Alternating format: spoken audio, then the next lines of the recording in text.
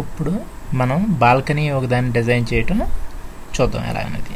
Same ఇప్పుడు perspective ఉంది కదా, ఇప్పుడు సేమ్ ఎందులోకి వెళ్తారు చూడండి క్లియర్గా.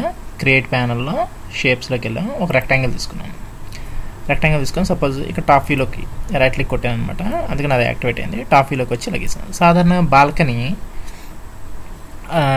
విడ్త్ లెంగ్త్ ఎలా ఉంటాయంటే ఒక 5 feet దాకా బాల్కనీ విడ్త్ ఉంటుంది, అంటే 5 feet దాకా డిస్టెన్స్ ఉంటుంది అనమాట. సాధారణంగా ఒక 8-10 feet దాకా బాల్కనీస్ ఎలా ఉంటాయి.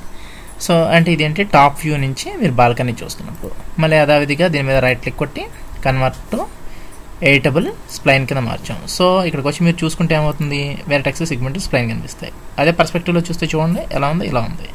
సో ఇప్పుడు మనం దీనికి ఏం చేస్తాం, థిక్నెస్ ఇవ్వాలి. బాల్కనీ స్లాబ్ కదా కాబట్టి అంటే ఇప్పుడు ఎక్స్ట్రూడ్ అనమాట. స్లాబ్ థిక్నెస్ ఒక 4 inches దాకా ఉంటుంది. సో ఇక్కడ ఏం చేద్దాం, 4 inches దాకా స్లాబ్ థిక్నెస్ ఇద్దాం. 4 inches స్లాబ్ థిక్నెస్ వచ్చింది. ఇప్పుడు దీని మీద మనకేం రావాలి, రైలింగ్స్ అయి రావాలి. రైలింగ్ ఎలా వస్తుంది, సో సేమ్ టాప్ వ్యూలోకి వెళ్తాం. సో లైన్ సెలెక్ట్ చేసుకోండి, ఇక్కడ చూద్దాం. ఇక్కడికి వెళ్ళి మనం Alt+W కొట్టాం అనుకోండి, పెద్ద అవుతుంది కదా. ఇలా పిక్ చేసి షిఫ్ట్ పట్టుకున్నాను, ఇలా మళ్ళీ పిక్ చేసి షిఫ్ట్ పట్టుకుని అలా ఉంచాను. ఇక్కడికి వచ్చి లైన్ క్రియేట్ అయిపోయింది.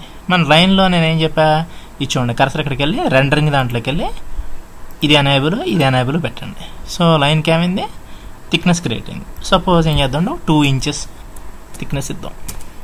సో వచ్చింది. ఇప్పుడు మనం మామూలుగా Alt+W కొట్టామనుకోండి,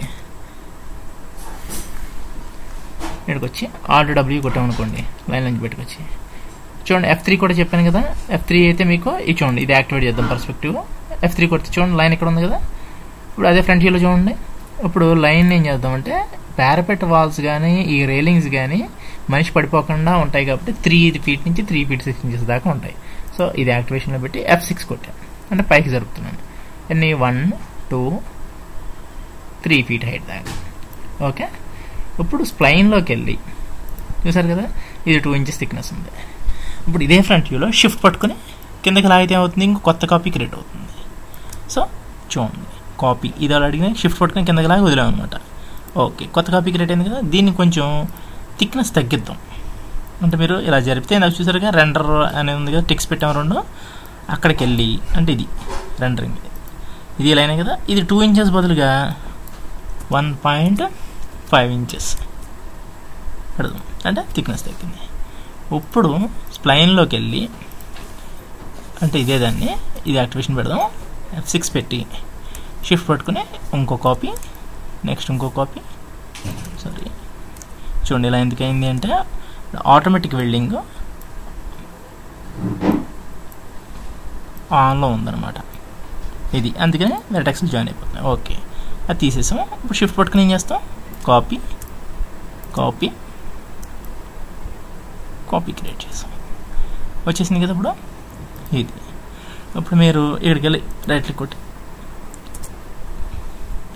F3 కొట్టి చూసారనుకో, కలర్స్లో కనిపిస్తాయి అని చెప్పాక ఇది. ఇప్పుడు దీనికి మనం కలర్స్ ఇక్కడ మార్చవచ్చు కదా, నేను చెప్పిన ప్రకారం ఒక బ్లాక్ వేద్దాం. సెలెక్ట్ చేసి దీనికి కూడా సెలెక్ట్ చేసి బ్లాక్ వేద్దాం. ఓకే, దీన్ని సెలెక్ట్ చేసి వైట్ వేద్దాం. ఇప్పుడు బాల్కనీ చూడండి, దీనికి ఏం చేయాలి, వర్టికల్ లైన్స్ కొట్టాలి. వర్టికల్ లైన్స్ ఏం చేయాలంటే ఏం చేస్తాం, సపోజ్ ఫ్రంట్ వ్యూలో ఇది యాక్టివేట్ చేసి Alt+W కొడతాం.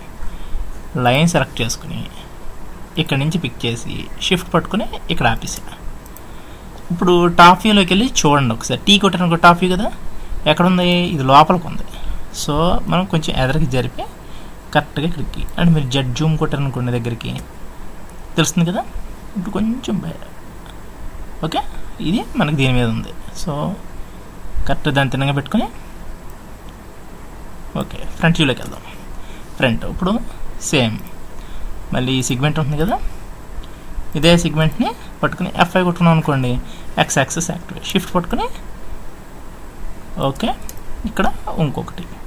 అదే మళ్ళీ టాప్ వ్యూలోకి వెళ్ళి జూమ్ కొంచెం బ్యాక్ తీసుకున్నాం అనుకోండి, చూడండి జూమ్ కొంచెం బ్యాక్ తీసుకుని ఇప్పుడు ఈ రైలింగ్ ఆల్రెడీ సెగ్మెంట్ సెలెక్ట్ చేస్తున్నాం కదా, F7 F8 కొట్టాను.